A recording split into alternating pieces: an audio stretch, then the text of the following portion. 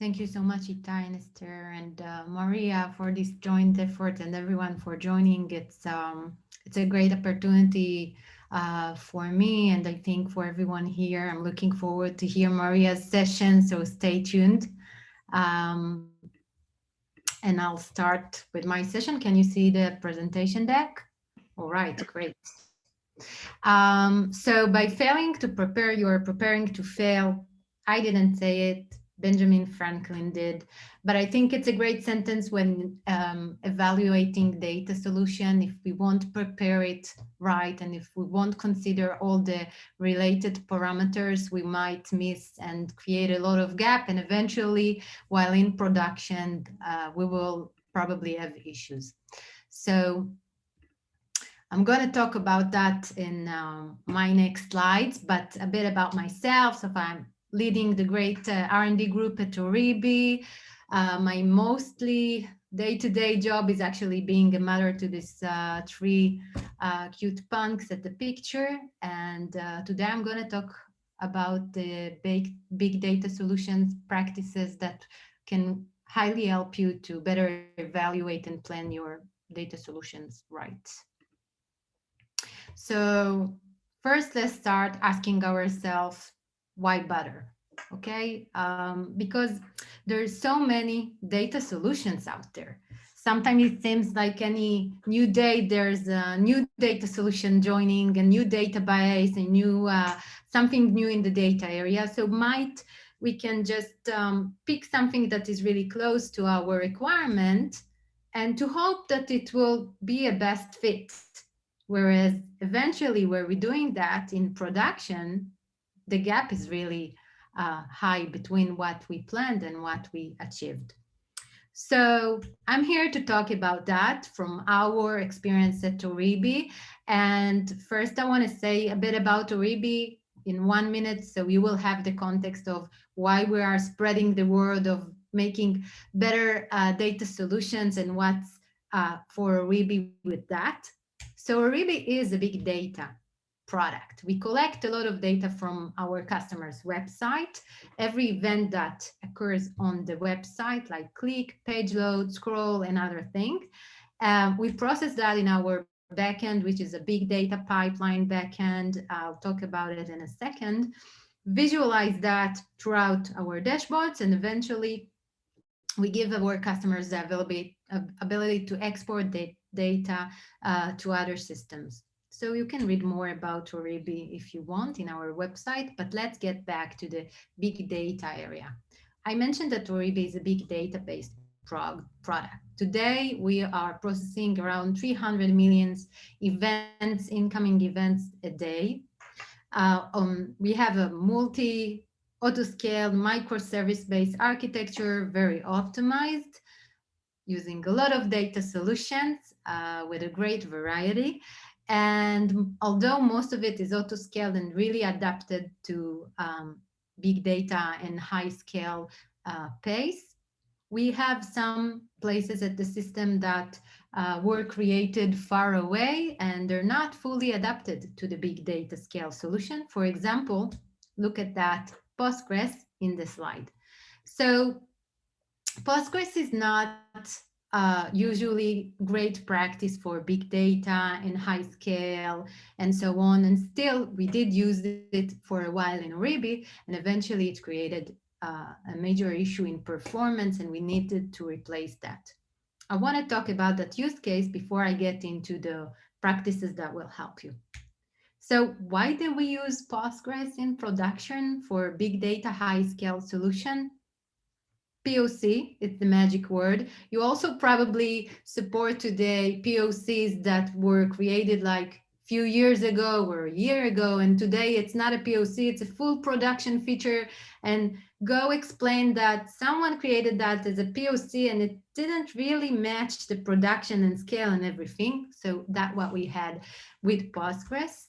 We planned the POC on top of Postgres that contained most of our event data to create this great feature. It's really lovely. I'll explain what is the computation behind it. This is a funnel. If you're not aware of the term funnel, it's being used in many worlds of tech, marketing, and analytics. It's a way to simulate steps after steps, that there are connections between the steps, mainly to simulate what was the rate between each step. So for that example, every step will define how many customers completed step one, and then continued to step two, and then continue to step three, and so on. So it's also condition of and also time sequence related. So that's not a very simple computation to do on top of Postgres, but still we did it because it was part of a POC, a very great successful one, and that's why it reached our production. When it reached our production, we were on 10 million incoming events a day. So now we're 30x scaled from that point, and that's amazing and great job, Oribi. But for that solution, it didn't match our requirements. And eventually, what we had, if we have this heavy computation on top of Postgres, while doing a lot of writes because it's part of our ingestion flow, and all the time new events are coming and getting added to the system. So we have multiple writes along with heavy read, add to that all the traffic scale that I just mentioned, and we got a great mess on production nights or weekends, and something that we don't really like, right? I personally don't. So that was not a great fit, and we learned a lot about from that point. And the day to day to Ruby to today is mainly about looking on every data solution that we redesign or design from scratch with the practices that I'm going to share with you. On that project, we want velocity. Okay, it was great. We hit the production fast and live, but we lost in performance. The main thing that we are doing today is to avoid it. Before I'll get to how to avoid it, I want to do some reality check.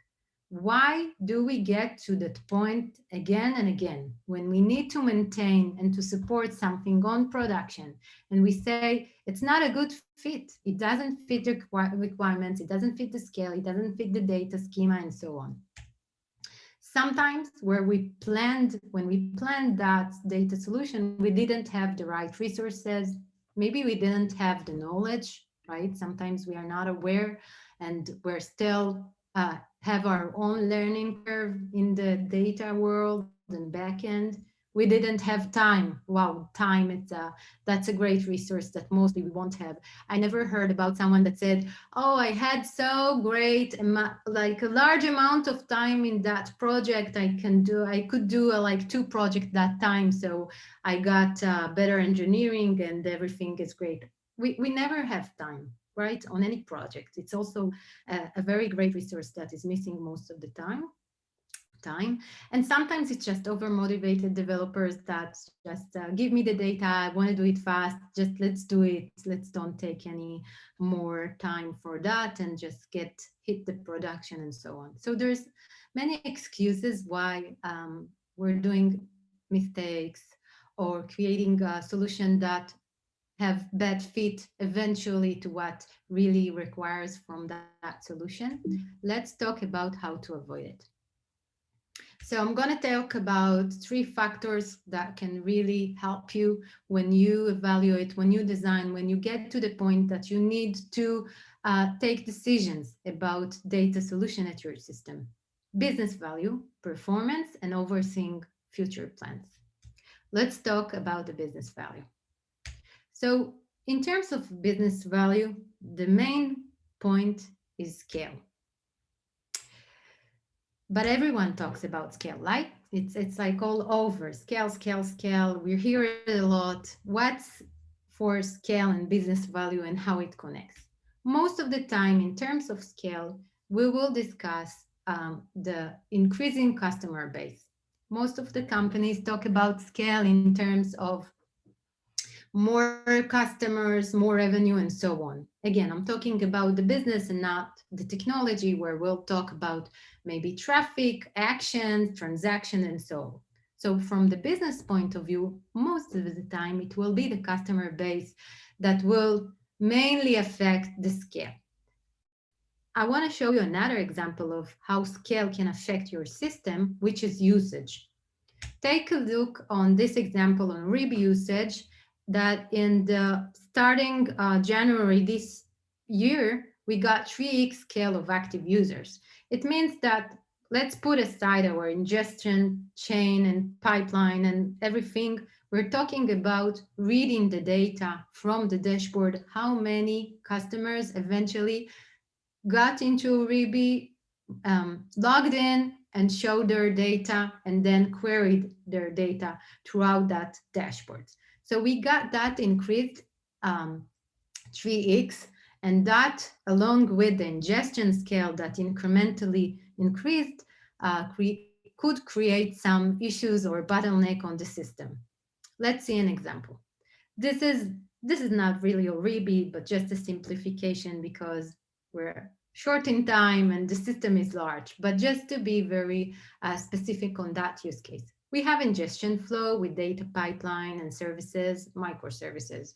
We have two main data solutions that I want to focus on, which is Elasticsearch and the great, amazing MonsterDB, which called Druid. And then we have Oribi application, which queries this Elastic and Druid data stores. So what we have incremental scale on the ingestion. So we'll have more and more writes here. And we have incremental, like 3x scale in the usage. So we have more and more reads here. So if you add the increasing ingestion and the increasing query, that can create a real bottleneck at the system.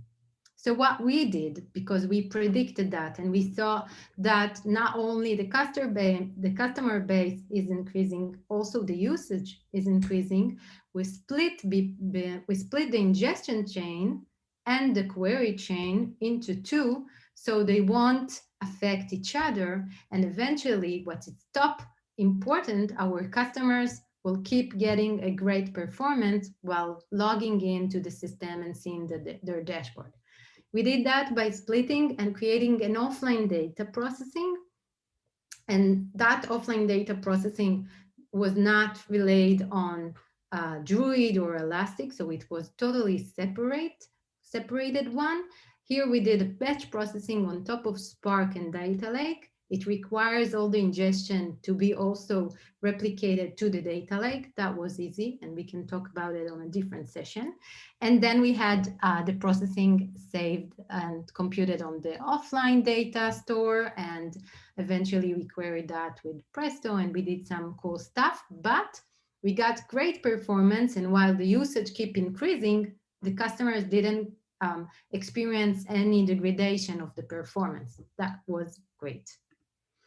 More terms that can really affect your decisions on data solution in terms of business value is scale. We talked about it, but also go to market. Sometimes it's not customers based that will change incrementally and not the usage, it's the go to market. For example, you used to sell to small, medium business size, and now you're going after corporate and enterprise and large business. That can also affect your scale and decision on top of the system, like also in terms of security and other things, and that should be considered. Third thing is the product requirements. If you remember before, I mentioned that we moved the system to be offline instead of a real time. So great, we want the performance, but we lost a bit in the freshness, because offline it's not like the real time ingestion. We needed here to get the product advice and to have better understanding of the product requirements to understand if we can do that separation. Eventually we could, and we did it, but that is really required to understand what the product need. Last, future cost. You might get the best data solution, works well on production, but if the system will scale in 3x or 10x, you will hit really high costs. So also consider cost when you're looking on the business value and growth. Second is performance.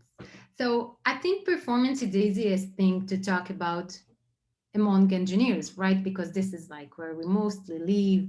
Business is a bit far from us and performance is easier. What I usually see on data projects is that we design, we plan, we brainstorm, we think.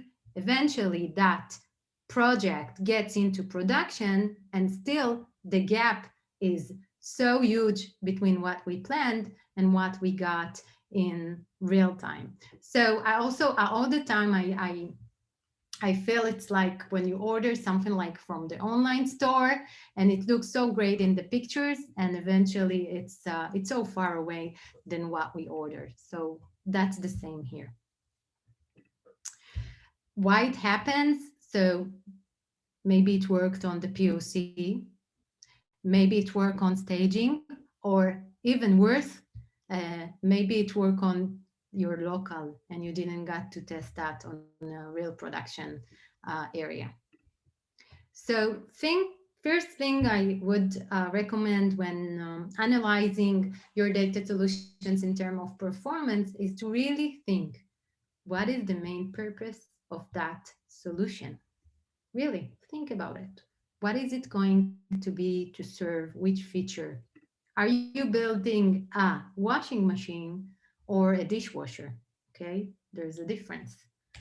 Also, what will be the heavy load? Write, updates, reads, deletions. So you should consider that as well when you pick the data solution, because every data solution has a different limitation um, on that term. Which type of resources will you need? And for that, mainly, I see that a lot of engineers consider CPU and memory. You should also take into account other metrics like IO, network. For example, if you get a managed solution that is out from your system, so it might have some network load, storage, concurrency, and so on. Make sure to include all the relevant metrics so you will cover everything in terms of performance. Resilience and high availability.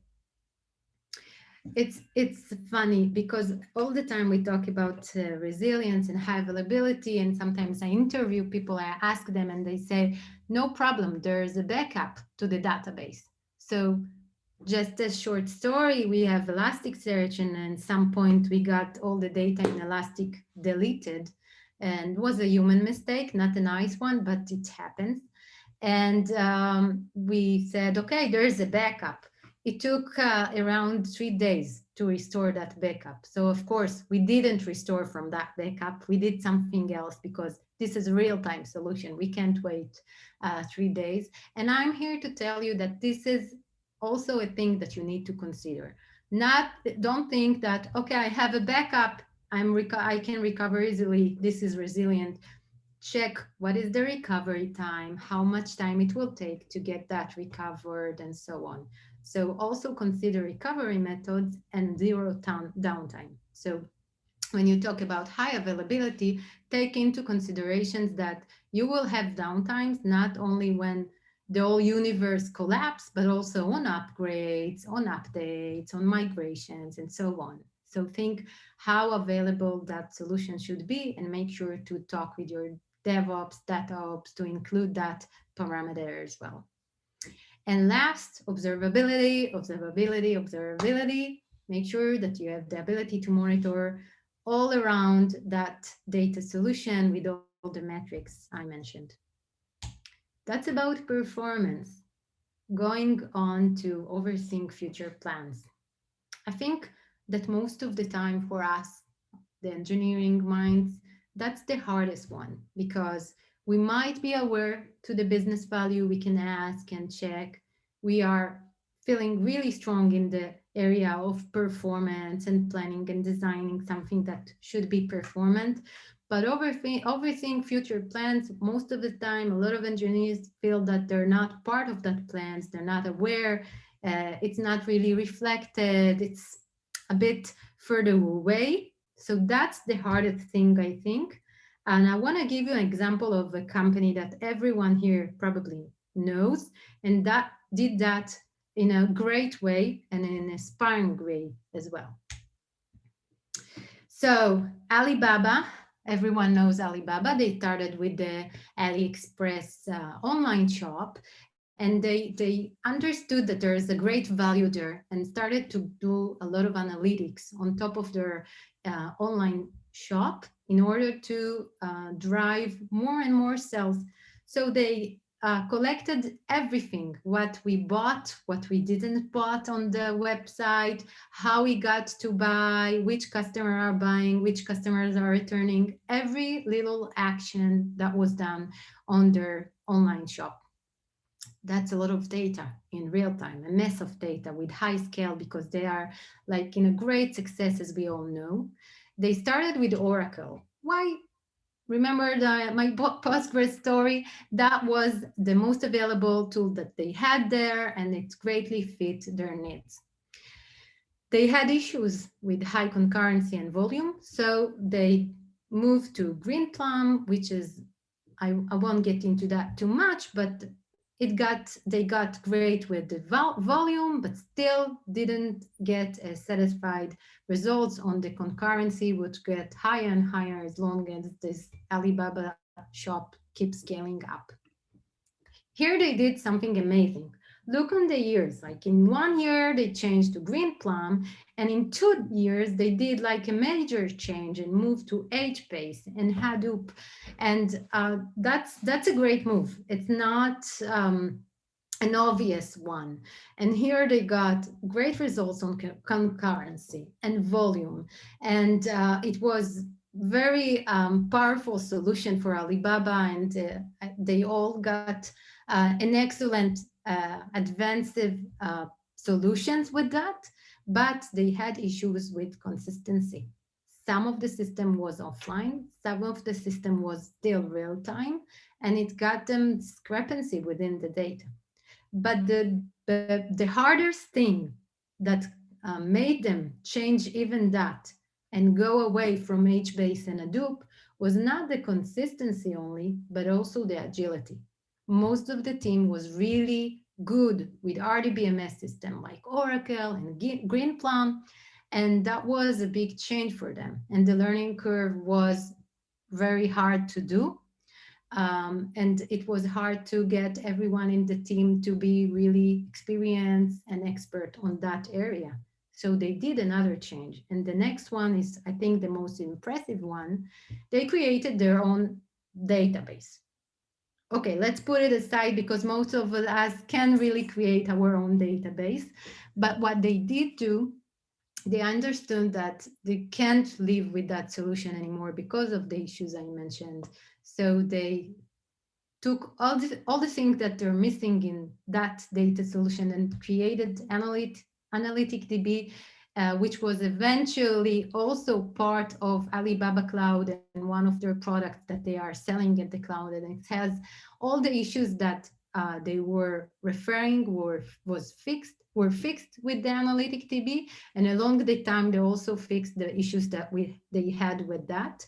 And I think that's a great story because, again, if you look on the years and the changes that they did, a great company with a product that is out there live with high scale, the moves are probably harder to do where you're so big, and still they created a lot of changes that are inspiring. So what we can learn for that? First, when overseeing future plans, you should take into account the plans for the system, the scale support, the technology, the R&D growth plan. Remember the hard learning curve that Alibaba was experiencing. That's not something to put doubt on that. You should also consider who will be supporting the solution. Some jumps are hard to take. And the last, can the solution enrich other feature? So can we create 1 + 1 = 3? For Alibaba, they could. They actually took the solution they developed for their own requirements and got that as part of Alibaba Cloud as a new feature. Right. So we talked about business value, we talked about performance and overseeing future plans. I want to give you a last tip. At any point of that, if you feel that you're not aware of something or you don't see the future plans and you're not really familiar with the business value, ask. I think that it's better as long as you ask more questions, you will get answer that will help you to better plan your data solution. It might sound like over engineering to do all the things that I just mentioned, but eventually it's just a matter of a mindset. It can take you up to 1 day to put all the things together, and it can greatly affect your data solution in production, not for 1 day, but for long term. So it's important. Thank you so much for joining this session. Thanks, Eynav. And if anyone has questions, you can either ask them in the chat, or I think you might be able to either unmute yourself or raise your hand, and I will unmute you so you can ask the question. Whatever is preferred. I actually have a question, if it's okay. Yeah, please. Oh, okay, thanks. So Eynav, thank you. It's very interesting, first of all.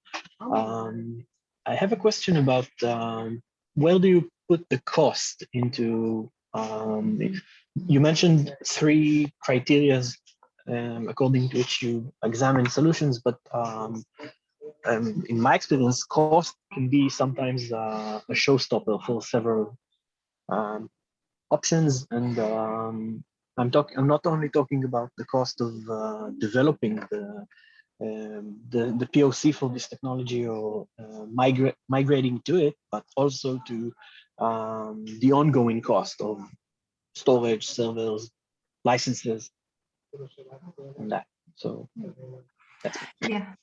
So cost is a painful thing, right? It's not easy. Sometimes we do like the great solution, but it might cost too much.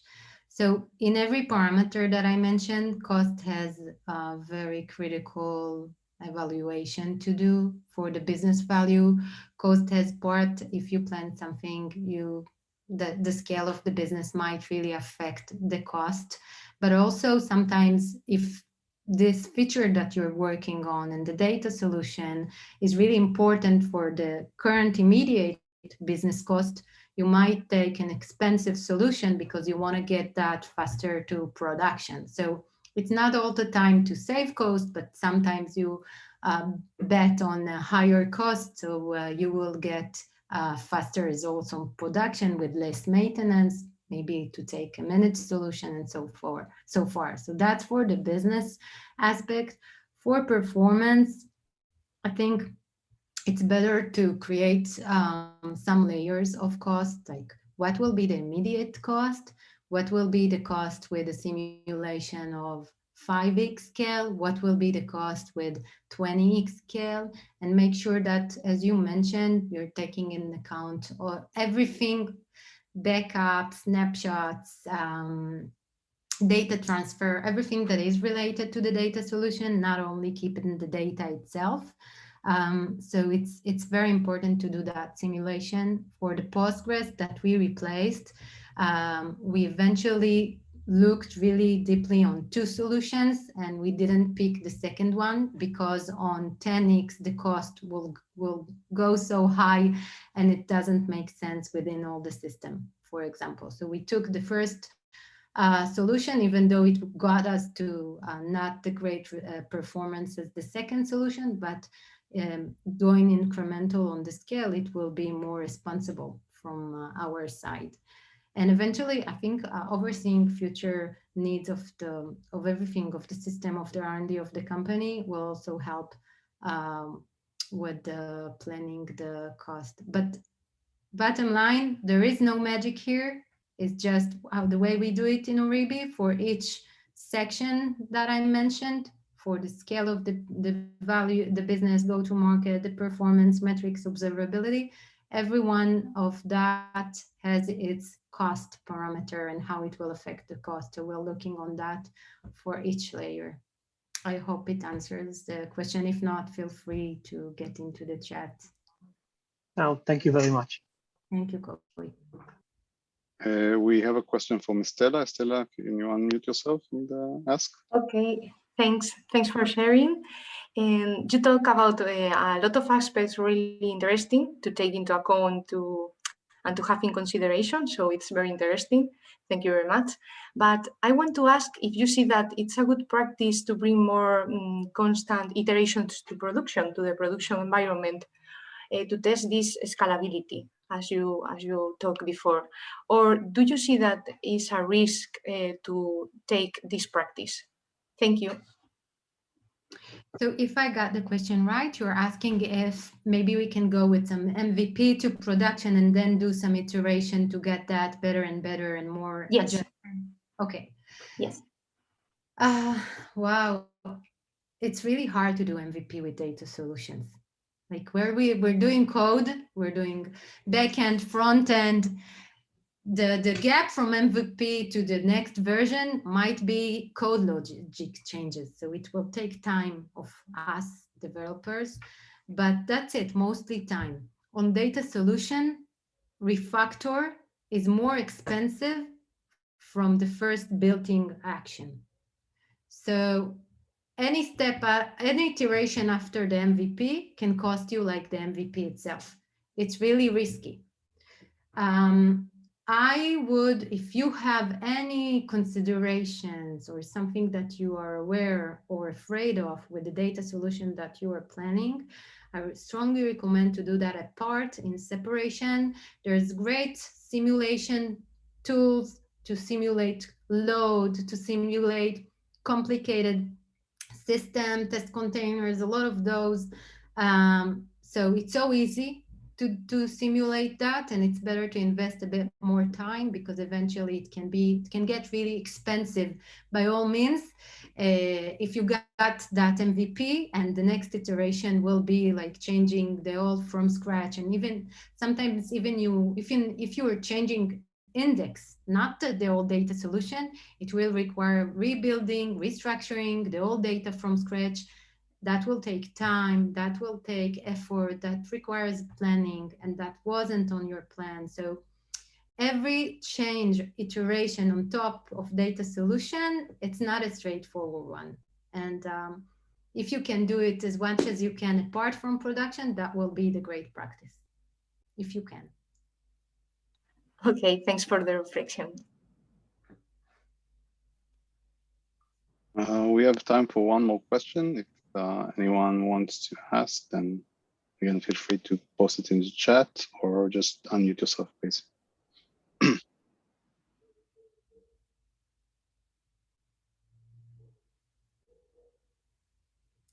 Right, I think we're good, Itai. Thank you Okay. so much for the great questions and for listening. I'm looking forward to your Maria, so I'm gonna mute myself. Awesome. So thanks very much for that, Eynav.